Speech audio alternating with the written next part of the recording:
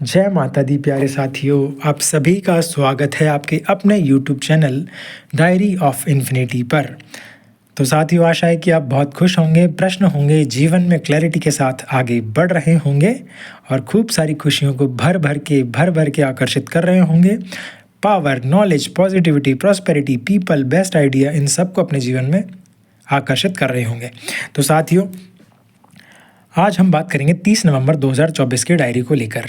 ठीक है, तो अब नया महीना शुरू होने वाला है दिसंबर, तो देख लेते हैं एक बार कि हमने इस महीने क्या किया है। तो साथियों, सबसे पहले तो हमने जो लिखा है वो मैं बता देता हूँ कि धन्यवाद माता इस महीने बहुत अच्छे अच्छे काम करवाने के लिए और सोशल मीडिया पर नई स्किल सिखाने के लिए। तो साथियों, इस महीने की उपलब्धियों के बारे में मैंने कुछ लिखा है कि इस महीने क्या क्या उपलब्धियाँ रही। इससे आपको भी प्रेरणा मिलेगी कि आप भी अपने महीने का थोड़ा एनालिसिस कर सकते हैं कि आपने इस महीने क्या अचीव किया है और क्या नहीं किया है और कहाँ लापरवाही करी है। तो साथियों, इस महीने मैंने यूट्यूब पर रेगुलर वीडियो डाले हैं, ये अचीवमेंट है, तो इसके लिए माता को धन्यवाद। दूसरा, मैंने इंस्टा पर रेगुलर एक रील और पोस्ट कंटिन्यू डाला है, उसके जो सारे इंपॉर्टेंट पैरामीटर पूरे करने होते हैं तो उनको फॉलो करते हुए वो मैंने किया है। और तीसरा, मैंने एक्सरसाइज कंटिन्यू करी है, उसके सारे टिक लगाए हैं मंथली। और राइटिंग जो होता है डेली में, जो 5-6 साल से विशेष डीपली कर रहा हूँ, कविताएं लिखना, शायरी लिखना, कोट लिखना, तो वो मैं कंटिन्यू कर रहा हूँ। तो ये काम मैंने कंटिन्यू किए हैं, तो ये इस महीने की लगातार उपलब्धियाँ हैं। और लापरवाही कहाँ कहाँ करी, तो लापरवाही ये करी कि यूट्यूब और इंस्टा पर जो है उनके एल्गोरिथम का कोर्स करना बहुत ज़रूरी है ताकि सही दिशा में पोस्ट डले। तो मैं थोड़ा उस काम में थोड़ा स्लो रहा हूँ, तो ये मेरी थोड़ी लापरवाही रही है, इस पर मैं तेज़ काम करूँगा। और इसके अलावा आज हम बात करेंगे एक चीज़ को लेकर कि एक सिस्टर का कॉल आया मेरे पास आज, तो उनको मैं प्यार से वीरा सिस्टर बोलता हूँ। वो बहुत छोटी है, अभी कॉलेज में ही आई है और अभी उनका नाम मेरिट में भी आया था 96% के साथ। राजेश्वरी नाम है उनका। तो उनका कॉल आया और उन्होंने कुछ मेरे से बहुत अच्छी बात करी जो मैं आपसे शेयर करना चाहता हूँ। उन्होंने मुझसे पूछा कि भैया, आप पढ़ाते हो बच्चों को तो कितना रुपया लेते थे। तो मैंने कहा कि बच्चे मैंने तो टेलीग्राम पर निःशुल्क ही पढ़ाया है और कभी इतना ज़्यादा सोचा ही नहीं ना पैसे मांगे, क्योंकि मेरे को थोड़ा शर्म ही आती थी। तो फिर वो बोली कि भैया, आपको सोचना चाहिए फ्यूचर के बारे में, और मम्मी पापा भी बड़े हो जाते हैं एक समय बाद, तो हमें अपने फाइनेंशियल जो आवश्यकता है उनके बारे में तो बोलना ही चाहिए। तो साथियों, ये शिक्षा मैंने सीखी किससे, जो एक बहुत छोटी बच्ची जो अभी कॉलेज में आई है। तो कई बार आपको सीखने का जो है वो कहीं से भी मिल सकता है ज्ञान, ठीक है। तो ये शिक्षा आपको लेनी है और फाइनेंशियल एजुकेशन के बारे में छोटे बच्चे जितना सजग होंगे उतना बेहतर है, ये अब मैं समझने लगा हूँ, ठीक है। दूसरी एक और बात कहेंगे कि जो वही बहन है, तो उनके मुँह से एक बात और निकली कि भैया, मेरे 96% आए थे, लेकिन फिर भी मेरे को ऐसा क्यों लगता है कि मैं दुनिया में सबसे ख़राब हूँ। मतलब मेरे से कुछ नहीं होगा तो दुनिया क्या बोलेगी, लोग ताने देंगे। तो साथियों, मैंने उसे क्लियर किया कि आप इतने पावरफुल है, इतना स्ट्रांग है, अपनी तुलना किसी से मत कीजिए। You are the best one and only. अपनी क्षमताओं पर विश्वास करिए और आगे बढ़िए। दुनिया तो हर स्थिति में कुछ ना कुछ बोलती है। इसे आज एक कहानी से हम सीख लेते हैं। साथियों, एक गधा था, एक आदमी था जो उसका मालिक मान लेते हैं, और एक उसकी पत्नी थी। तो साथियों, वो एक गांव से जाते हैं। एक गांव से जब वो जा रहे होते हैं तो दोनों गधे पर बैठे होते हैं, पति और पत्नी, ठीक है। तो उस गांव के लोग कहते हैं कि कितने निर्दयी हैं ये लोग कि दोनों ने गधे का शोषण कर रखा है, दोनों बैठे हुए हैं। तो आदमी को थोड़ी वो बात बुरी लगी, तो अगले गाँव में एंटर करने से पहले उसने सिर्फ पत्नी को बिठाए रखा और वो खुद पैदल चलता रहा। तो उस गांव के लोगों ने बोला कि कैसा है ये अपनी पत्नी का गुलाम है, तो उसके डर से खुद तो पैदल चल रहा है और उसको गधे पर मज़े से बैठा रखा है।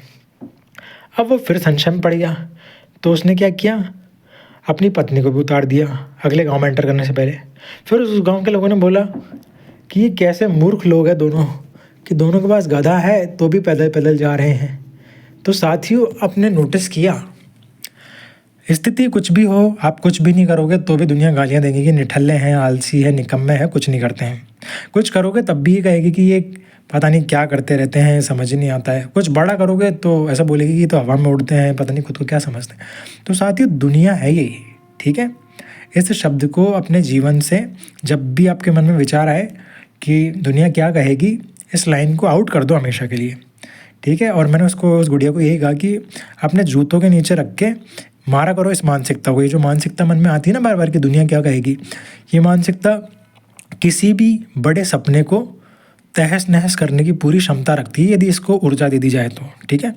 तो इसको ऊर्जा देनी ही नहीं है। जैसे ही ये मानसिकता कहीं से भी आए मन में कि दुनिया क्या कहेगी, उसको वहीं से अपने ठोकरों पर मार दो बस, और हटा दो उसे बिल्कुल वहाँ से।